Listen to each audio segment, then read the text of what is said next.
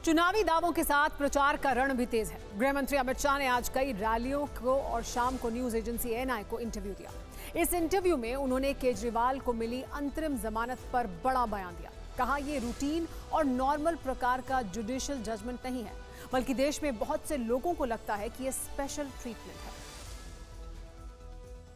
वो कैंपेन में तो कह रहे हैं कि अगर झाड़ू पे वोट लगेगा तो उन्हें जेल जाने की जरूरत नहीं होगी।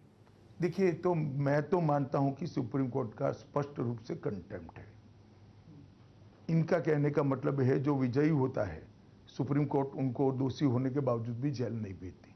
अब जिन जज साहबों ने उनको जमानत दी है उनको ये सोचना है कि उनके जजमेंट का क्या उपयोग या दुरुपयोग हो रहा है। आप उस जजमेंट के बारे में क्या कहेंगे?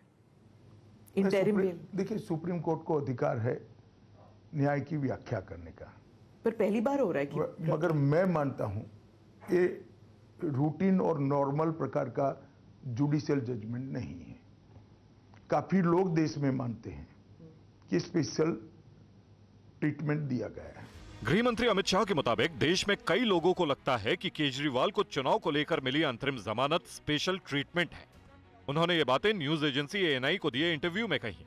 ईडी ने भी शराब घोटाले में केजरीवाल की जमानत का विरोध करते हुए अपने हलफनामे में कहा था कि आम चुनाव में प्रचार के लिए केजरीवाल को अंतरिम जमानत देने से गलत परंपरा बनेगी। ये सवाल कुछ दिन पहले एक अखबार को दिए इंटरव्यू में बीजेपी नेता विनय सहस्त्रबुद्धे भी उठा चुके हैं। इस पद्धति से जो अपराधी व्यक्ति हैं उनको जमानत मिलती रहेगी तो क्या वो जमानत पर होते हुए भी अपने विरोध में जो भी सबूत रहता है उसके साथ क्या वो खिलवाड़ नहीं कर पाएंगे? हमने इस सवाल का जवाब देश के कानून विदों से भी जानना चाहा। इस बारे में हमें उनकी मिली जुली राय मिली। कोई अर्जेंसी इनकी थी नहीं, चुनाव में इनको भाग लेना है ऐसी कोई अर्जेंसी नहीं है। उस ग्राउंड पर इनको बेल नहीं मिलना चाहिए, ये मेरा मानना है। सुप्रीम कोर्ट का कहना चाहिए था कि जमानत दरखास्त नीचे मजिस्ट्रेट को दो, फिर मजिस्ट्रेट के बाद हाई कोर्ट है, सेशन कोर्ट है, हाई कोर्ट है, फिर सुप्रीम कोर्ट का नंबर आता है।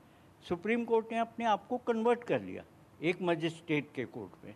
मेरे हिसाब से ये एक गलत परंपरा है और फैसला भी गैर कानूनी। गृह मंत्री अमित शाह ने केजरीवाल और सुप्रीम कोर्ट को लेकर जो कुछ कहा उसकी चर्चा कानून के गलियारे में लगातार हो रही है।